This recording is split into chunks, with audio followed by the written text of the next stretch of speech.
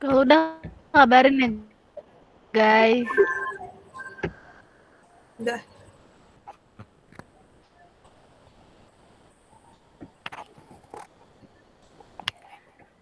Assalamualaikum warahmatullahi wabarakatuh. Di Waalaikumsalam. sini kami ingin mempresentasikan hasil diskusi kami dari kelompok 2 yang berjudul Financial Reporting and Analysis. Sebelumnya, saya ingin meminta izin kepada Bapak Sparta untuk memaparkan materi tersebut. Kelompok kami, kelompok 2 yang terdiri dari Revi Artis Susandi dengan NIM 2019-1211-021. Selanjutnya, Retno Dwining Tias dengan NIM 2019-1211-037. Dan terakhir, Maila Sofa Yuning Tias dengan NIM 2019-1211-047.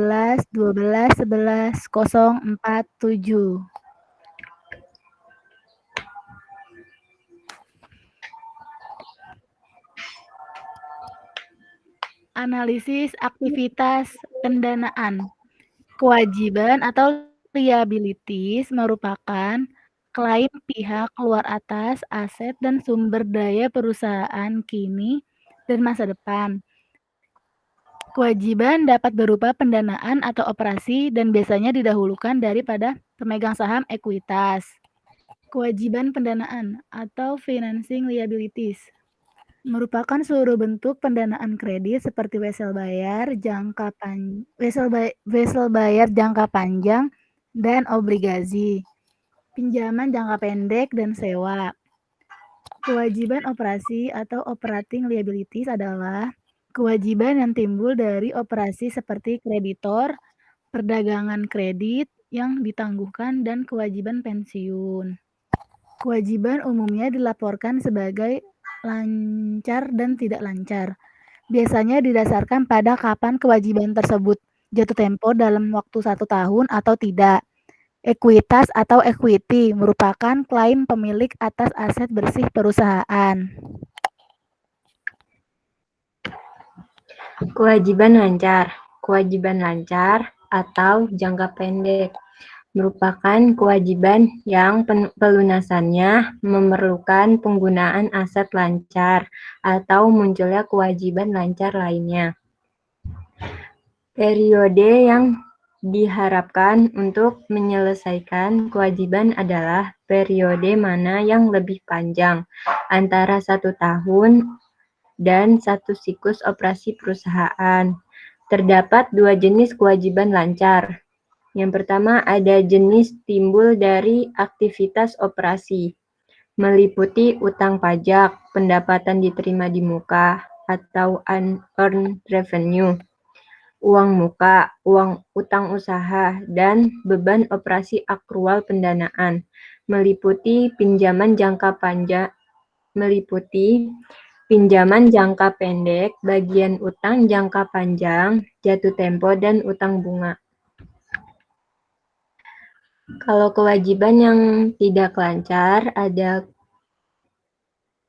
kewajiban tak lancar atau jangka panjang, merupakan kewajiban jatuh temponya tidak dalam waktu 1 tahun atau 1 siklus, yang mana lebih panjang kewajiban ini meliputi pinjaman, obligasi, utang, dan wesel bayar. Obligasi nominal, obligasi bersama, tingkat KUP-nya menentukan bunga yang dibayarkan. Atas obligasi tersebut, penerbit obligasi menawarkan beragam insentif untuk mempromosikan penjualan obligasi dan mengurangi tingkat bunga yang diinginkan. Promosi ini meliputi fitur konversi dan saran untuk membeli saham biasa perusahaan, penerbit obligasi. Selanjutnya ada analisis kewajiban. Kita harus menganalisis penjelasan kewajiban berikut: ketentuan, kondisi, dan batasannya. Hal penting dalam analisis kewajiban yaitu ada ketentuan utang atau seperti tanggal jatuh tempo, tingkat bunga, pola pembayaran, dan jumlah. Yang kedua, ada pembatasan pemakaian, sumber daya, dan pelaksanaan aktivitas bisnis. Yang ketiga, ada kemampuan dan fleksibilitas untuk memperoleh pendanaan selanjutnya. Yang keempat, kewajiban untuk modal kerja perbandingan utang terhadap ekuitas atau debit top equity, dan ukuran keuangan lainnya. Yang kelima, ada fitur konversi kewajiban yang bersifat difusi. Yang keenam, larangan atas pembayaran atas dividen.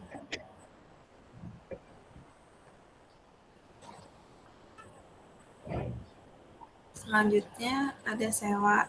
Sewa atau lease merupakan perjanjian kontraktual antara pemilik atau lessor dan penyewa atau lease.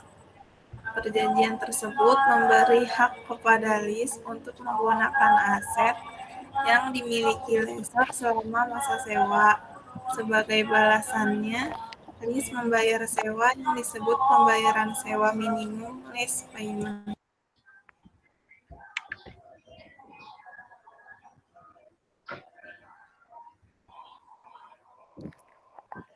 Ada 2 jenis sewa, yaitu yang pertama, sewa pendanaan, yang artinya yang mana lessor mencatat sewa sebagai penjualan dan transaksi pendanaan. Yang kedua, sewa operasi. Jika dia diklasifikasikan sebagai sewa guna, usaha ini baik aset yang disewakan maupun kewajiban sewa diakui dalam neraca. Sewa lainnya dicatat sebagai sewa operasi.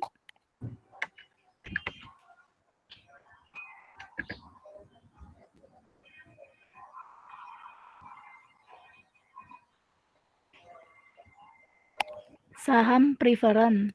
Saham preferen adalah kelompok khusus saham yang memiliki fitur yang tidak dimiliki oleh saham biasa. Ciri-ciri pada saham preferen yaitu yang pertama, prioritas atas distribusi dividen termasuk hak partisipasi dan dividen kumulatif. Yang kedua, prioritas atas likuidasi terutama penting karena selisih antara nilai nominal dan nilai likuidasi saham preferen bisa besar. Yang ketiga, tidak memiliki hak suara yang dapat berubah karena perubahan hal-hal seperti dividen yang tidak dibayarkan. Yang keempat, harga pembeli kembali biasanya untuk melindungi pemegang saham preferen dari pembelian kembali yang terlalu awal.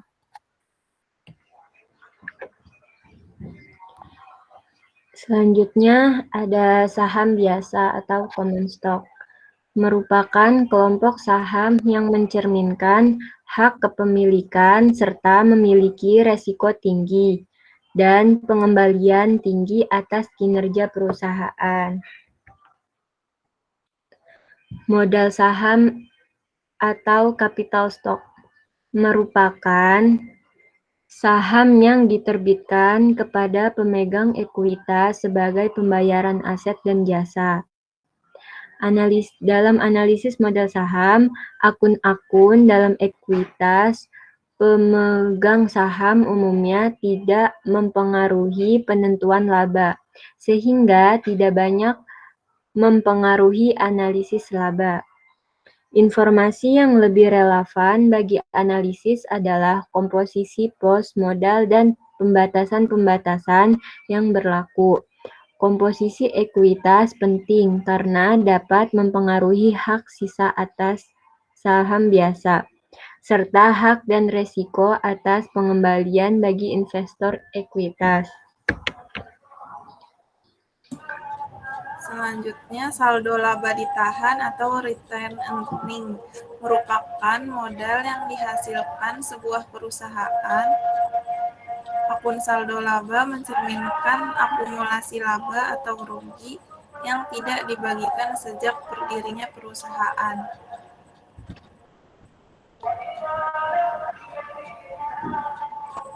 Kemudian ada dividen tunai, merupakan distribusi kas kepada pemegang saham.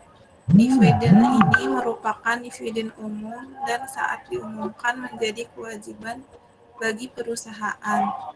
Jenis dividen yang lain ialah dividen non-tunai atau dividen properti.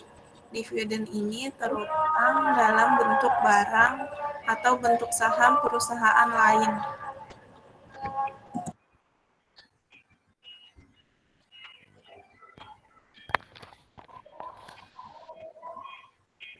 Selanjutnya ada dividen saham. Dividen saham adalah distribusi saham perusahaan itu sendiri kepada pemegang saham secara proporsional. Dividen ini menggambarkan kapitalisasi saham secara permanen. Pemegang saham menerima saldo laba ke akun modal.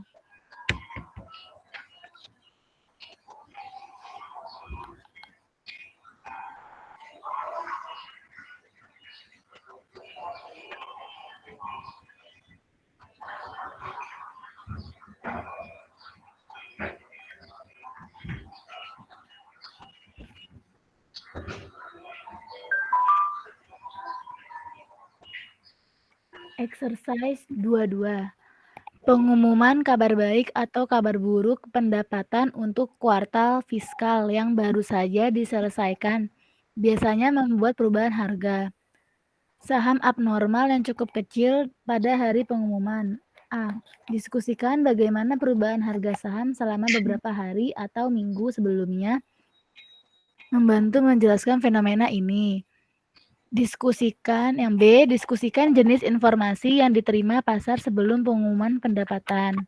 Yang C, bagaimana reaksi harga yang relatif kecil pada saat pengumuman laba berhubungan dengan perubahan harga yang diamati pada hari atau minggu sebelum pengumuman.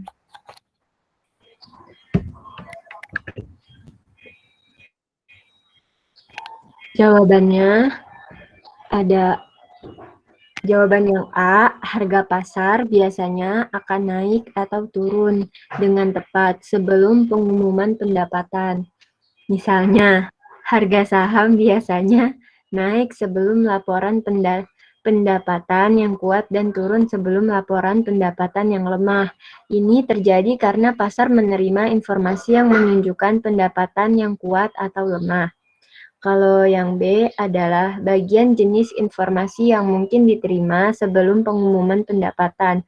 Misalnya, pasar dapat menerima sinyal tentang kekuatan kondisi makroekonomi, kondisi industri, dan kekuatan atau kelemahan relatif dari penjualan produk perusahaan. Semua indikator ini dapat memuat informasi tentang kekuatan akhir dari pendapatan perusahaan. Tentu saja, ada sejumlah sinyal yang tersedia, tak terbatas, yang dapat digunakan untuk memprediksi penghasilan dengan beberapa akurasi. Yang C, jawabannya reaksi yang relatif kecil setelah pengumuman resmi mewakili pasar yang memperbarui harga untuk menjelaskan perbedaan antara pendapatan yang diharapkan berdasarkan informasi sebelumnya dan laporan pendapatan aktual. Exercise 2.10. A. Identifikasi setidaknya 2 alasan mengapa laporan laba rugi akuntansi akrual lebih berguna untuk menganalisis kinerja bisnis daripada laporan laba rugi berbasis arus kas. Yang B. Jelaskan apa yang akan dilaporkan pada sisi aset dari neraca berbasis arus kas versus sisi aset dari neraca akuntansi akrual. Yang C. Kekuatan akuntansi akrual adalah relevansinya untuk pengambilan keputusan. Kekuatan informasi arus kas adalah kendalanya. Jelaskan apa yang membuat akuntansi akrual lebih relevan dan arus kas lebih dapat diandalkan.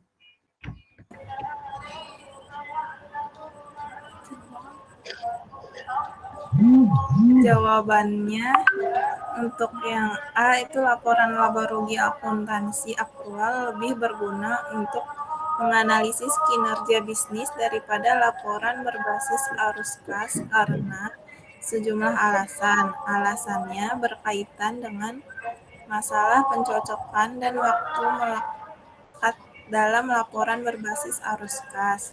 Informasi berbasis akrual mencoba untuk mengakui pendapatan ketika diperoleh dan mencocokkan biaya terkait dengan pendapatan. Ini adalah cerminan dari kinerja bulan tersebut. Arus masuk kas mungkin terjadi atau mungkin tidak terjadi dalam periode manfaat diperoleh, demikian juga arus kas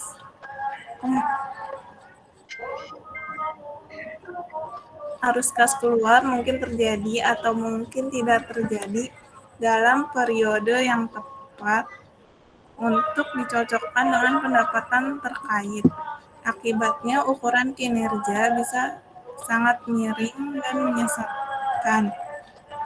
Juga akrual memiliki beberapa nilai informasi. Kita dapat memperoleh wawasan dengan menilai estimasi mana atas kerugian di masa depan seperti kredit macet. Terakhir, kinerja arus kas dapat dimanipulasi dengan mudah oleh manajemen.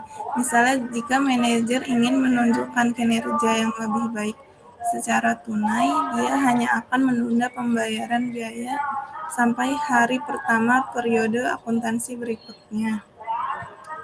Jawaban yang B, sisi aset dari neraca berbasis arus kas hanya berupa uang tunai. Ini karena kami tidak membuat akrual. Akibatnya aset tetap akan dibebankan pada saat dibayar, bukan dikapitalisasi dan disusutkan. Demikian juga piutang tidak akan diakui. Kami hanya akan mengakui pendapatan saat uang tunai diterima. Biaya persediaan juga akan dibebankan pada periode pembelian. Sisi aset dari neraca ini akan berisi item-item bernilai seperti investasi, piutang, dan aset tetap. Jawaban yang C, informasi arus kas dapat diandalkan karena tidak melibatkan perkiraan, pertimbangan, atau pilihan oleh pembuat informasi. Sebaliknya, jumlah tersebut didasarkan pada penerimaan kas dan pembayaran tunai yang dapat diverifikasi.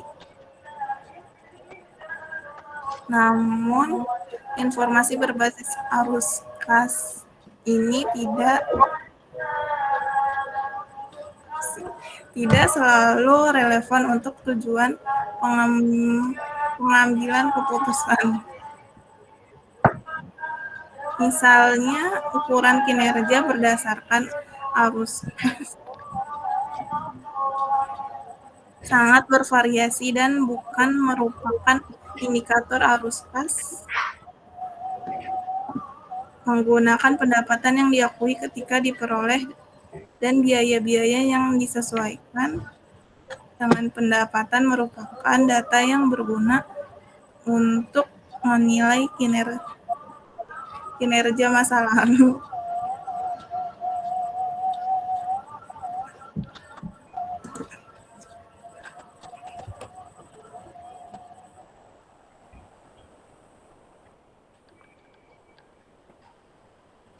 Dengan demikian, informasi tersebut lebih relevan daripada informasi di atas.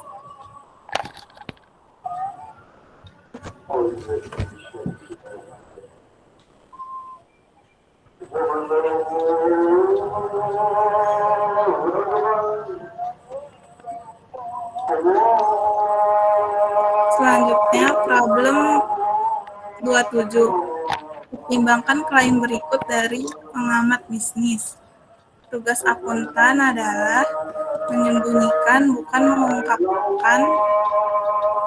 akuntan tidak diminta untuk memberikan gambaran akurat tentang apa yang terjadi di perusahaan kepada pihak luar. Dia diminta untuk mengubah angka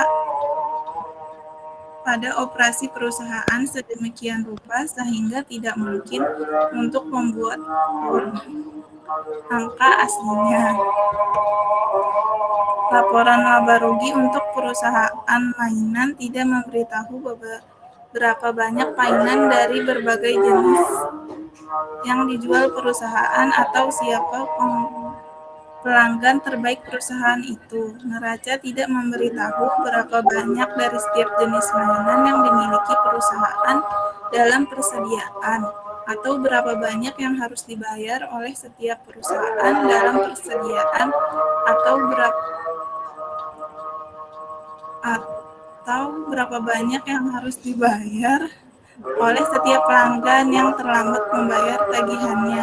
Secara umum, apapun yang digunakan manajer untuk melakukan pekerjaannya akan menarik bagi beberapa pemegang saham, pelanggan, kreditor, atau lembaga pemerintah. Akuntansi manajerial berbeda dari akuntansi keuangan hanya karena akuntan harus menyembunyikan beberapa fakta dan angka yang berguna bagi manajer.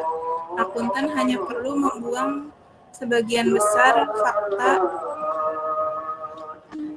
dan beberapa angka yang digunakan manajer ketika dia membuat laporan keuangan untuk orang luar. Aturan akuntansi mencerminkan ketegangan ini. Bahkan jika akuntan menganggap dirinya bekerja hanya untuk kebaikan masyarakat, dia akan menyembunyikan fakta tertentu dalam laporan yang dia bantu tulis. Karena akuntan sebenarnya bekerja untuk perusahaan atau bahkan untuk manajemen perusahaan, ia menyembunyikan banyak fakta yang ingin diungkapkan oleh pihak luar. Pertanyaan yang A, diskusikan keraguan pengamat ini tentang peran akuntan dalam pelaporan keuangan. Pertanyaan yang B, yaitu diskusikan jenis informasi yang dihilangkan yang dimaksud oleh pelaku bisnis.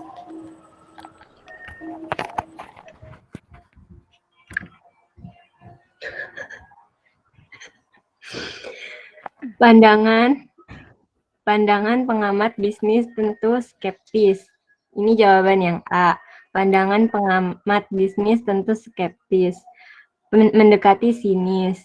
Juga ada banyak kesalahpahaman tentang fungsi laporan keuangan bertujuan untuk dalam apa yang dia katakan. Tampaknya pengamat juga membingungkan fungsi pengawas perusahaan, akuntansi manajemen dengan akuntansi publik independen yang fungsinya menyelidiki dan mengungkap meskipun kita telah menempuh perjalanan jauh.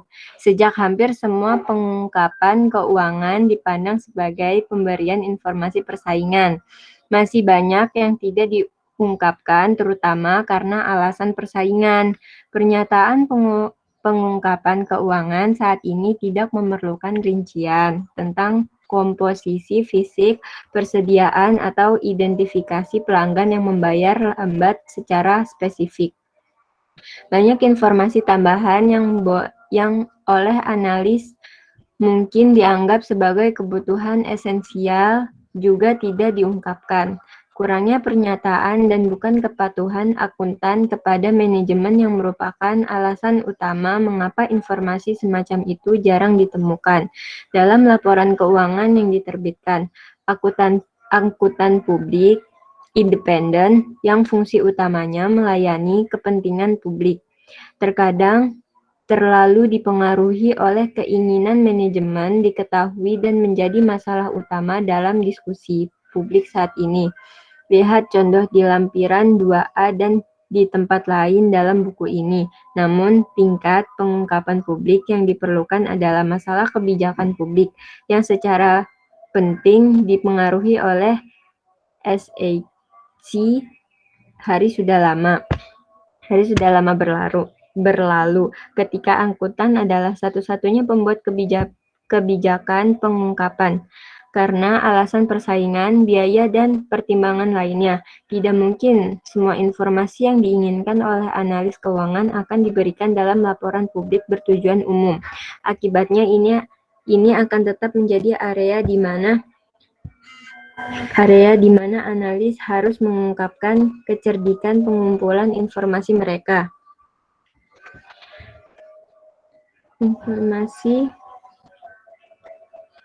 Informasi yang diinginkan oleh analis keuangan akan diberikan dalam laporan publik bertujuan umum. Akibatnya ini tidak akan menjadi area di mana analis harus mengungkapkan kecerdikan pengumpulan informasi mereka sepenuhnya. Banyak informasi tambahan yang bersifat statistik sering tersedia berdasarkan permintaan. B. Informasi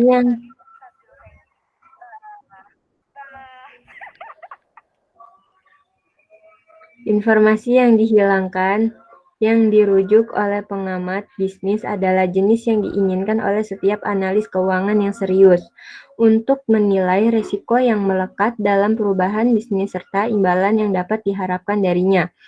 Data terukur seperti rincian penjualan produk, komposisi persediaan, dan catatan pembayaran pelanggan memang merupakan data yang dibutuhkan oleh manajemen yang baik dalam melakukan dan merencanakan operasi bisnis. Sementara analisis tidak akan menemukan data ini di sebagian besar laporan keuangan. Mereka berusaha untuk mendapatkan jika mereka membutuhkannya dari manajemen atau sumber lain. Dalam laporan yang didasarkan pada survei laporan keuangan, Komite Informasi Perusahaan Federasi Analis Keuangan mencantumkan bidang masalah yang paling umum berikut ini. Kurangnya perincian dalam biaya produksi dan jenis informasi pemasaran. Kurangnya detail non-pernyataan seperti biaya tenaga kerja atau kontrak informasi pensiun, pertukaran, dan lain-lain. Pembahasan terbatas tentang perkembangan ekonomi dan industri yang mewakili masalah saat ini atau baru-baru ini, perkembangan atau fakta yang tidak biasa yang umumnya tidak tersedia untuk investor atau pemegang saham pada umumnya. Kebutuhan akan mengungkapkan lebih lanjut tentang statistik operasi yang sudah ada dalam arsip badan pengatur. Sumber naratif dan informasi terkualifikasi yang sangat penting yang tersedia adalah pembahasan dan analisis manajemen tentang kondisi keuangan dan hasil operasi yang mereka persyaratan SEC tersebut harus berisi informasi yang signifikan dan bermakna.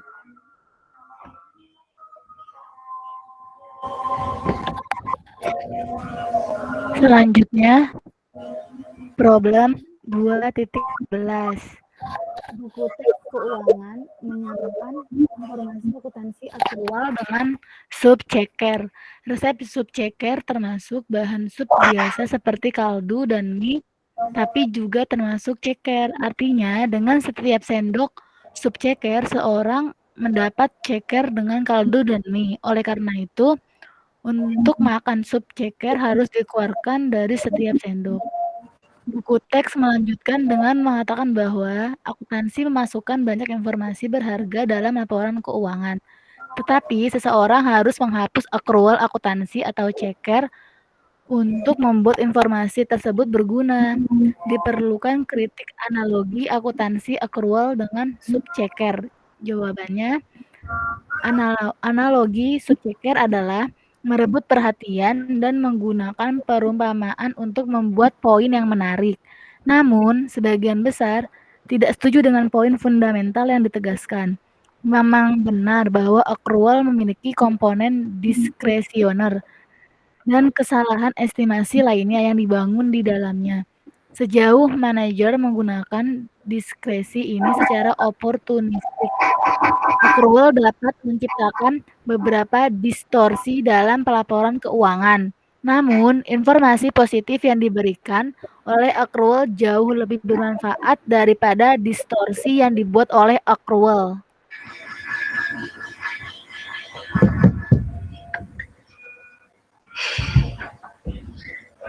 Sekian dari kelompok kami. Kurang lebihnya mohon dimaafkan. Terima kasih.